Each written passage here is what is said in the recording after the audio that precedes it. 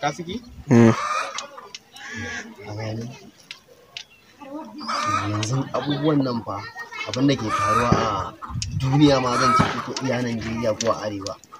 Dan ni ban taɓa jin wannan labari a can kudu-kudun can ba, kawai arewa ne. Duba fa wani tsoho jiya ya shiga gidan wasu mutane ne fa. So bayan dai wata yarinya ta kawo mishi ruwa, tambaya yayi cewa a bashi ruwa. So bayan an kawo mishi shine yarinyar ta faɗi ƙasa. A yanzu haka ma har ila yanzu gadon asibiti ma bai anshe ta ba. Har rantse da Allah maganar da nake baka.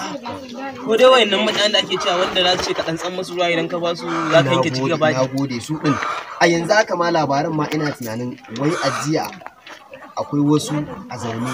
Matasa ne fa waɗanda ma ɗan jini a jika waɗanda za a ce yaki ma da su za a dinga zuwa. Ai na sha jita yana mutane ai. Ba wani jita mutumi na. Wanda ma za a ce da su za a dinga zuwa yaki da su ma menene su aka kashewa yanzu. Sai sa ni nake gaya ma mutumi na. Ai ko dole mu kiyaye. Ai kiyaye na tantin mama na ta tsayar da ni ta min wannan wa'azin amma ni dai ina kiyaye ka kai ma. Ni na ga tsoho ya kamo na ga yana sha ko yana karanta min labaran. Allah sarki ba su da magunguna fa. Babu magungunan su da kake ji kake gani. Tsofaffin nan walau yaro walau babba walau namiji walau na mace da nake ga ma wannan labarin nan da kake ji kake ganin ta babu ba zabe fa.